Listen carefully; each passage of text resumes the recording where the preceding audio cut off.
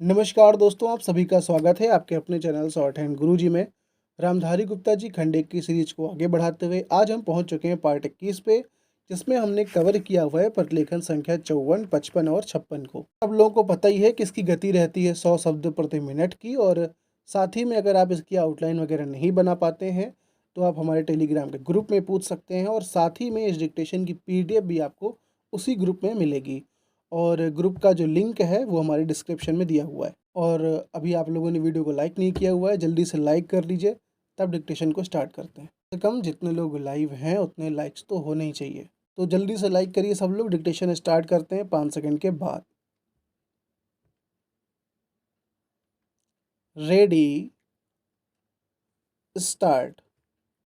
जब ऐसे प्रश्न आएं तो उपदेशात्मक भाषाओं में ही फंसकर न रहा जाए, बल्कि आवश्यकता है कि ऐसे प्रश्नों पर सारे राजनीतिक दल देश हित को ध्यान में रखते हुए संजीदगी से विचार करें और उन सब का हल तलाश करें।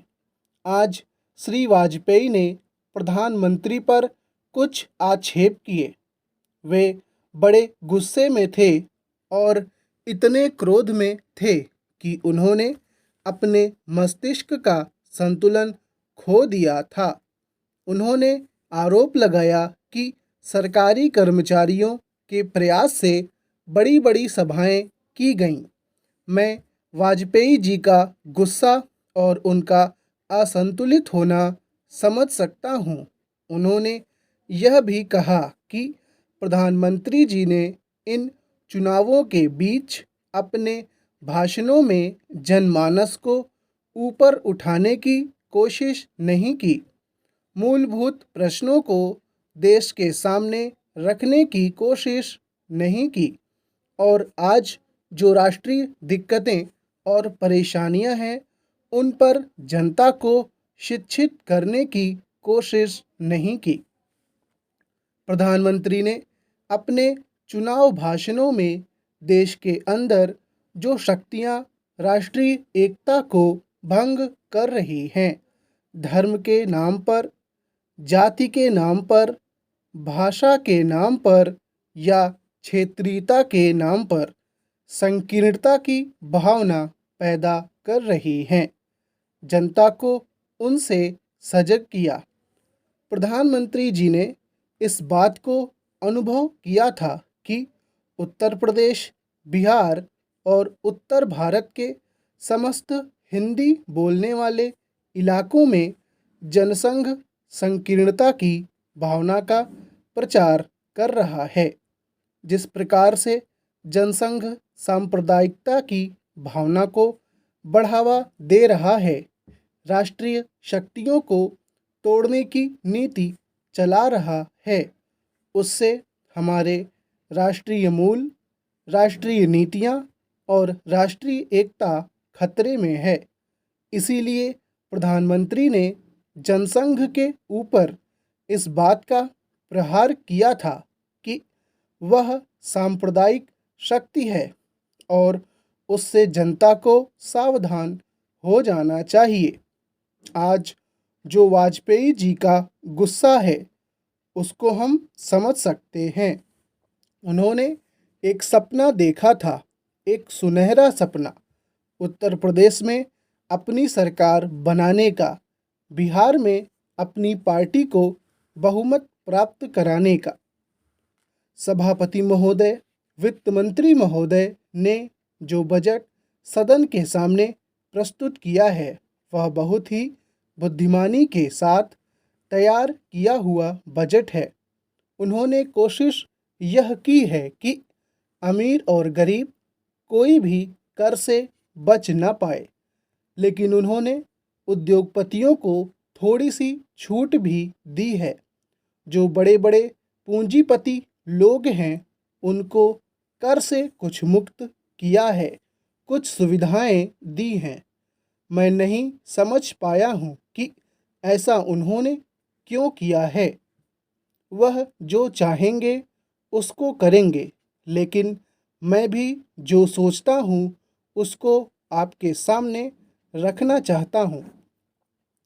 इस विषय पर 3-4 दिन से चर्चा हो रही है। मैंने उसको सुना है।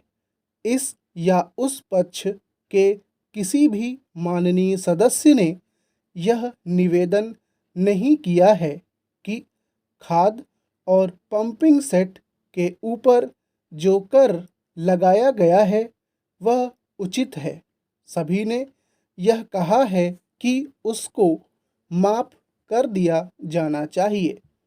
जब सारे सदन के लोग, सभी प्रतिनिधि एक आवाज़ से कहते हैं कि खाद और पंपिंग सेट के ऊपर कर न लगाया जाए, तो मैं समझता हूँ कि उनको इस बात को मान लेना चाहिए।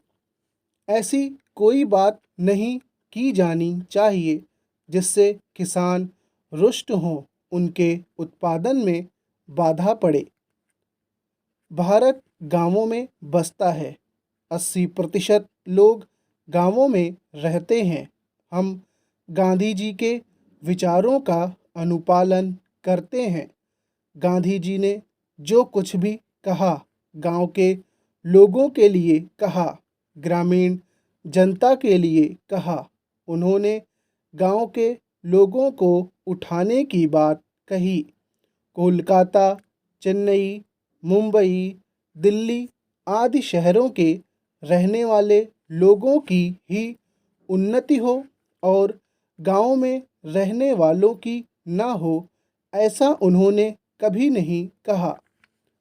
वित्त मंत्री महोदय भी गांधी जी का शिष्य अपने आप को कहते हैं और उनका रूप अपने रूप में देखते हैं और वह हैं भी।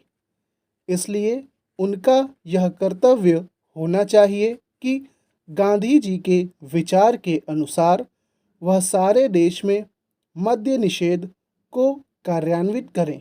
चूँकि हमारा कृषि प्रधान देश है, इसलिए वह पशुधन को बढ़ाएं, उन्नति की व्यवस्था करें और सारे देश में गौवध को बंद कर दें।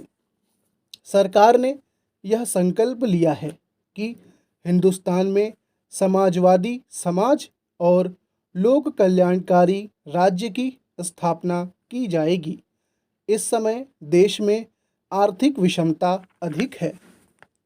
सभापति महोदय, एक व्यक्ति की आमदनी 3-4 आने और दूसरे की 10-20 हजार रुपये है। एक अगर वित्त मंत्री महोदय इस विषमता को दूर नहीं करेंगे तो समाजवाद का नारा बिल्कुल कोरा और कागजी सिद्ध होगा। इस देश में 8-10 करोड़ हरिजनों का एक ऐसा वर्ग है जिसकी आर्थिक स्थिति बहुत गिरी हुई है।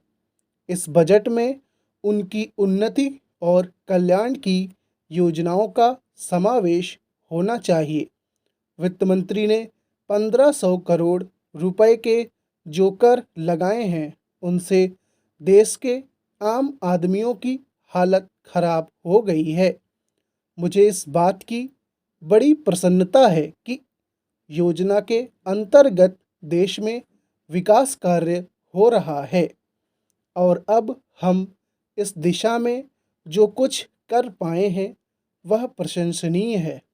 लेकिन मुझे दुख के साथ कहना पड़ रहा है कि जहां कृषि के क्षेत्र में उत्पादन बढ़ रहा है, उद्योग के क्षेत्र में उत्पादन बढ़ रहा है, देश की संपत्ति बढ़ रही है, हर आदमी की औसत आय भी बढ़ रही है, फिर भी हमारे यहाँ की पुरानी गरीबी बिल्कुल नहीं हटी है।